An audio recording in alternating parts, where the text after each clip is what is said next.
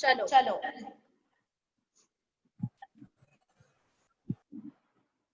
ठीक है।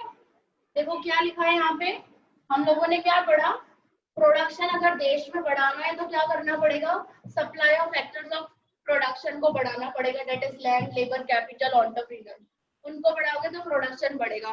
प्रोडक्शन तो बढ़ेगा ही, लेकिन देश में से unemployment, poverty, income of a person, ये सब चीजें भी कम होगी। डिमांड्स क्या होगी, डिमांड्स क्या होगी, बढ़ेगी, जिसकी वजह से फिर से देश में क्या करना पड़ेगा, प्रोडक्शन बढ़ाना पड़ेगा। तो ऐसे फ्लो चलता है पूरा का पूरा इसमें, ठीक है। चलो पढ़ो, स्टेप बाय स्टेप पढ़ना है Raunak, step by In short, it yes, ma'am. In short, it can be said that the supply of factors of production, their availability, productivity, and efficiency tend to increase, leading to a continuous increase in real national income and real per capita income. Exactly तो क्या होगा काट साट के देश में, देखो national income और पर कैपिटा इनकम क्या होगी, बढ़ेगी, जिसको अपने क्या बोलते हैं, अपने इसको जीडीपी बोलते हैं, that is gross domestic product. जैसे फॉर एग्जांपल हमारे देश का ग्रॉस डोमेस्टिक प्रोडक्ट है 2000 लाख करोड़, मतलब हम लोग क्या मानते हैं इससे, देखो इसको हम लोगों ने मॉनेटरी टर्म में देखा है, जिसको अपने जीडीपी बोलते हैं, जीडीपी को ही हम लोग नेशनल इनकम भी बोलते हैं, राइट। तो ये 2000 लाख करोड़ का फिनिश गुड्स और सर्विसेज हमारे देश में प्रोड्यूस हुआ है, उसको बोला जा रहा है यहाँ पे।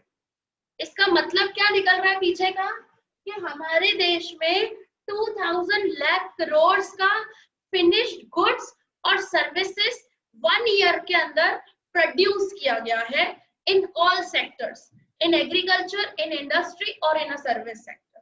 सो जिसको क्या बोला जा रहा है, जीडीपी, और यही जीडीपी को हम लोग नेशनल इनकम भी बोलते हैं, सिंपल। तो अपने को काट साट के क्या करना है, प्रोडक्शन बढ़ाते रहना है, ये 2000 लाख करोड़ की जगह पे 4000 लाख करोड़ भी करना है अपने को, सिर्फ क्वांटिटी बढ़ाते जाओ गुड्स और सर्विसेज की, क्योंकि यहाँ पे क्या फोकस किया है इकोनॉमिक ग्रोथ में, ओनली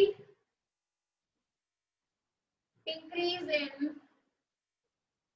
टोटल आउटपुट, सिर्फ टोटल आउटपुट, टोटल प्रोडक्शन ही बढ़ाना है। तो हम ऐसा बोलेंगे यहाँ पर कि सिर्फ क्या हो रहा है यहाँ पे, क्वांटिटी ऑफ प्रोडक्शन इंक्रीज हो रही है, सिर्फ यही माना जाएगा इस कंसेप्ट के अंदर। आगे बढ़ो, देखो यही रही सेकेंड पॉइंट, अभी जो नेक्स्ट पॉइंट है वही चीज लिखी हुई है। 10 क्या लिखा है, Thus, economic growth is a quantitative change. आगे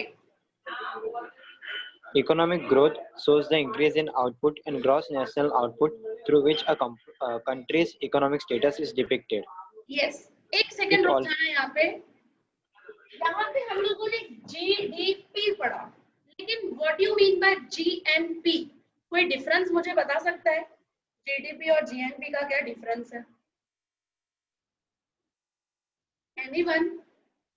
ये इतना लिख लिया आप लोगों ने, सभी लोगों ने? मैम जीएनपी मतलब ग्रॉस नेशनल प्रोडक्शन। हाँ, full form I know, that is a gross national product, but what is the mean and what is the difference between GDP and GNP? Anyone? Ma'am gross national production का मतलब पूरा nation का उसमें calculate होता है production. Okay, and domestic का? वो नहीं पता। रुक जाओ बताती हूँ, इतना लिख दिया हर किसी ने, एवरीवन? ठीक है, इसको रब कर दूं मैं। अब मैं आपको डिफरेंस बताती हूँ, दोनों का डिफरेंस क्या है।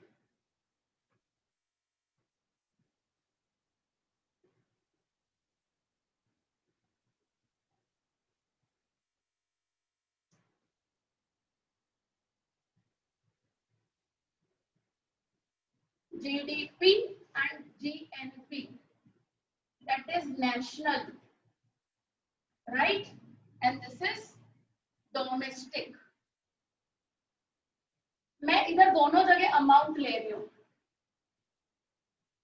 2000 lakh crores, that is my GDP. countries, my GDP नहीं, countries GDP, my countries GDP. और यहाँ पे भी मैं ले रही हूँ 2000 lakh crores for example. But definition अलग बोलती है. देखो यहाँ पे क्या बोला है, फिनिश्ड गुड्स, मतलब यहाँ पे क्या देखा जाता है, मॉनेटरी वैल्यू. क्या देखा जाता है, monetary value of finished goods and services produce within a country. इसको अंडरलाइन करना है, within a country by Indian citizen और फॉरेन सिटीजन. देखो यहाँ पे क्या बोला जा रहा है जीडीपी में कि इंडियन सिटीजन प्रोड्यूस करे, फॉरेन सिटीजन प्रोड्यूस करे, लेकिन क्या होना चाहिए, विदिन अ कंट्री होना चाहिए. क्या होना चाहिए, विदिन अ, एक सेकंड में थोड़ा ब्लर हो रहा है, विदिन अ कंट्री होना चाहिए ये चीज. लेकिन जीएनपी में क्या होता है, मॉनेटरी वैल्यू. ये मॉनेटरी वैल्यू देख रहे हैं ना हम लोग रुपीज में, monetary value of finished goods and services produced by only Indian citizen. What is our nationality, क्या है नेशनलिटी हमारी,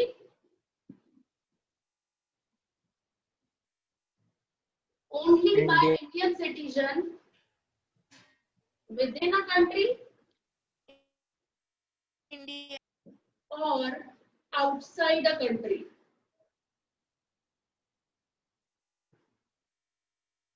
क्या बोला जा रहा है यहाँ पे, ध्यान से समझो. What is our nationality? हमारी नेशनलिटी क्या है, हमारी नेशनलिटी है इंडियन, राइट? बना किसने, किसने प्रोड्यूस किया हुआ होना चाहिए, इंडियन सिटीजन ने ही, चाहे देश के अंदर करे या देश के बाहर करे, लेकिन प्रोडक्शन किसने किया हुआ होना चाहिए, इंडियन सिटीजन. उसकी मॉनेटरी वैल्यू को हम लोग जीएनपी बोलते हैं, समझ लो. और डोमेस्टिक, डोमेस्टिक का मतलब होता है विदिन द कंट्रीज, कंट्री के अंदर किया हुआ होना चाहिए प्रोडक्शन. अब चाहे वो इंडियन सिटीजन करे चाहे वो फॉरेन सिटीजन करे, लेकिन विद इन द बाउंड्रीज होना चाहिए. सो अब क्लैरिटी आप लोगों को आई कि what is the difference between the GDP and GNP. Domestic means with in the country and GNP मतलब इंडियन होना चाहिए, चाहे बाहर करो चाहे देश के अंदर करो, not an issue.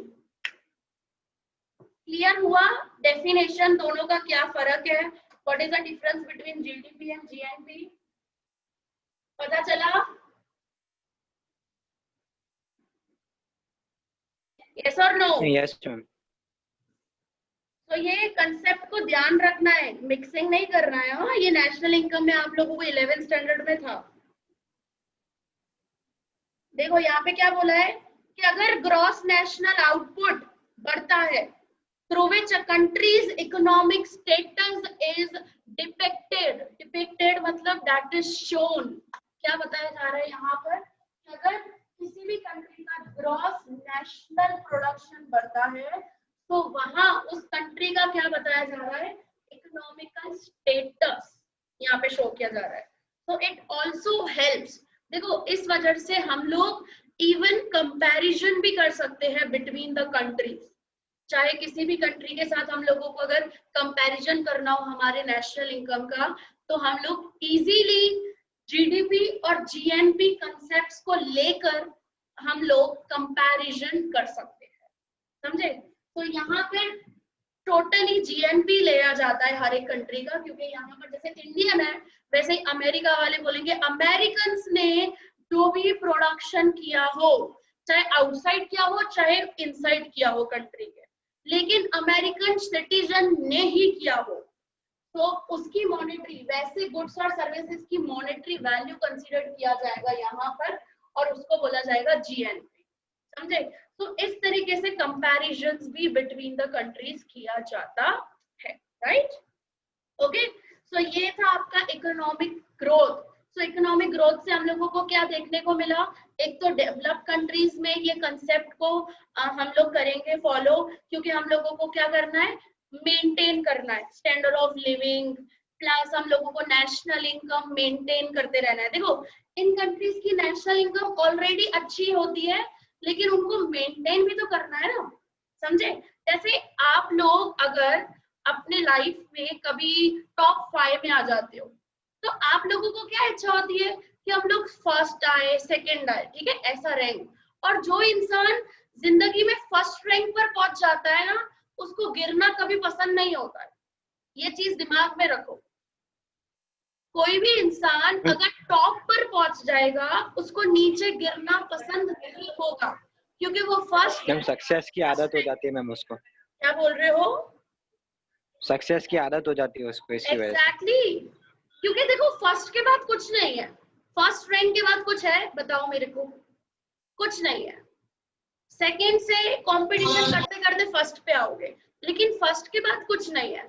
First position को मेंटेन करना कितना डिफिकल्ट है, you can not even imagine.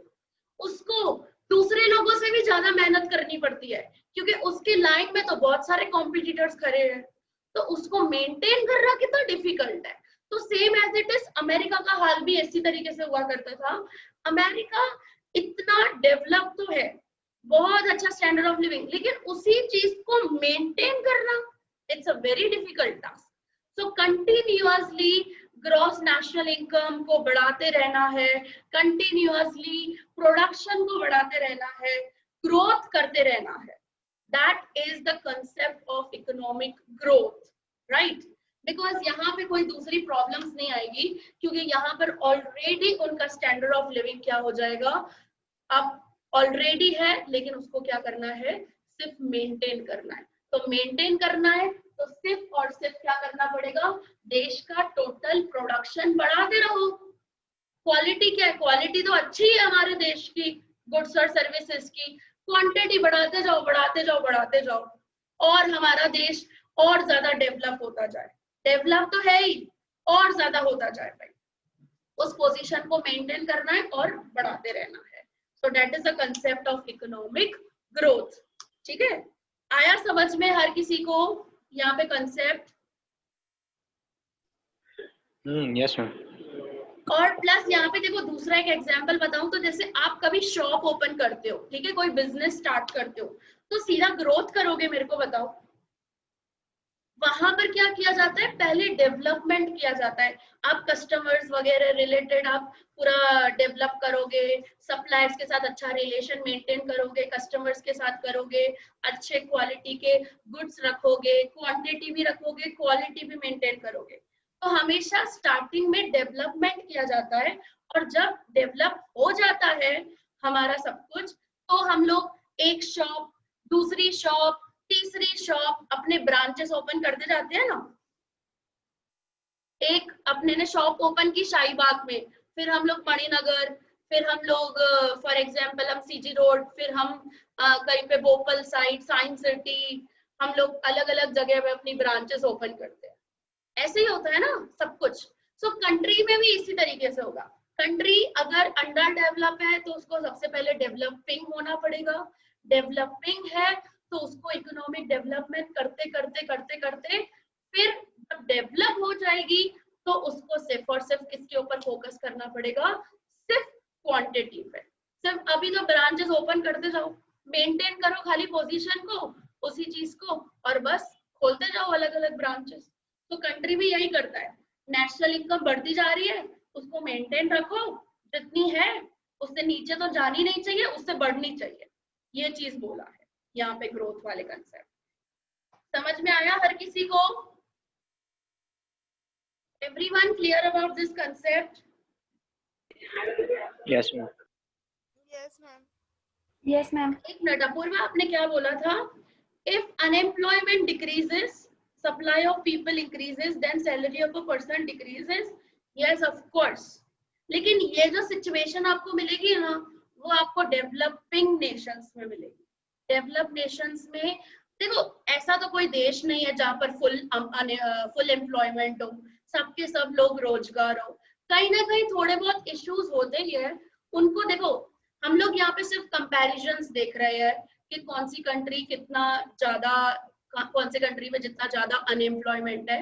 तो हमारा इंडिया एक उसमें से आता है जहाँ पे बहुत ज्यादा प्रपोर्शन में आपको अनएम्प्लॉयमेंट देखने को मिलता है. और इसी वजह से तो हमारे इंडिया का लेबर जो है वो सस्ता है, यहाँ पे कम सैलरी में. क्यों? आउटसोर्सिंग का काम ऐसे ही चलता है ना पूरा. बहुत सारी कंट्रीज क्या करती है, हम लोगों से, इंडियन पीपल से काम करवाती है, अपना आईटी रिलेटेड हो, अपना अकाउंटिंग रिलेटेड हो, ये सब करती है क्योंकि हमारे Yes, यहाँ ma'am. पे लेबर क्या है, सस्ता है. सैलरी Cheap है. एम्प्लॉइज क्या है, बहुत कम देनी पड़ती है उनको, और वो लोग जल्दी मान Yes, भी ma'am. जाते हैं. और प्लस क्यों अनएम्प्लॉयमेंट क्यों है ज्यादा? Because population. हमारे देश की Population. सबसे बड़ा reason that is a population. मैंने आपको बताया तो था 3 बीमारियां हमारे देश की सबसे हाईएस्ट पे, पॉपुलेशन, पॉवर्टी एंड पोल्यूशन. ये 3 बीमारियां अगर कंट्रोल की जाएगी तो बहुत कुछ कंट्रोल किया जा सकता है. तो ये Yes, 3 ma'am. बीमारियों को कंट्रोल करना है. ठीक है अपूर्वा, और आपको कुछ डाउट तो आप मुझसे पूछ सकते हो, आपके दिमाग में कुछ हो तो. No, ma'am. बस यही था. यही था. ओके, चलो Yes. ठीक है.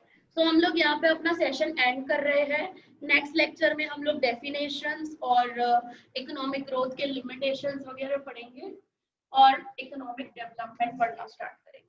सो ये जितनी भी चीजें हैं, देखो डिफरेंस बिटवीन जो भी है वो आप लोग ने नहीं लिखा है, तो इसका मैं भेज देती हूँ क्योंकि ये लास्ट है, तो मैं इमेज क्लिक करके भेज सकती हूँ. लेकिन पहले जो था वो मैंने रब कर दिया.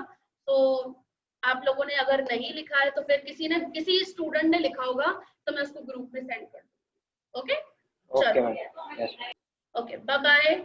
और देखो सैटरडे को भी है ना, एक बार फ्लैशबैकिंग रिवीजन करके रखना इकोनॉमिक ग्रोथ का, समझे? तो हम लोग सीधा लिमिटेशंस लेंगे ना, डेफिनेशन और लिमिटेशंस, तो आपको याद आ जाएगा वो कंसेप्ट. ओके, चलो bye bye. Thank you. Have a nice day.